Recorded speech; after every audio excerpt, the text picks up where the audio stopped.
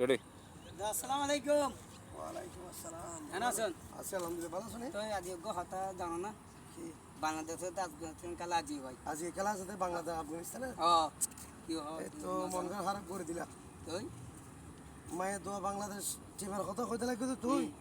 এই বাংলাদেশের মতো খুব ফালতু টিম আর দেশত আছে, আর এই টিমের কথা আরে আর নকইবা তুই।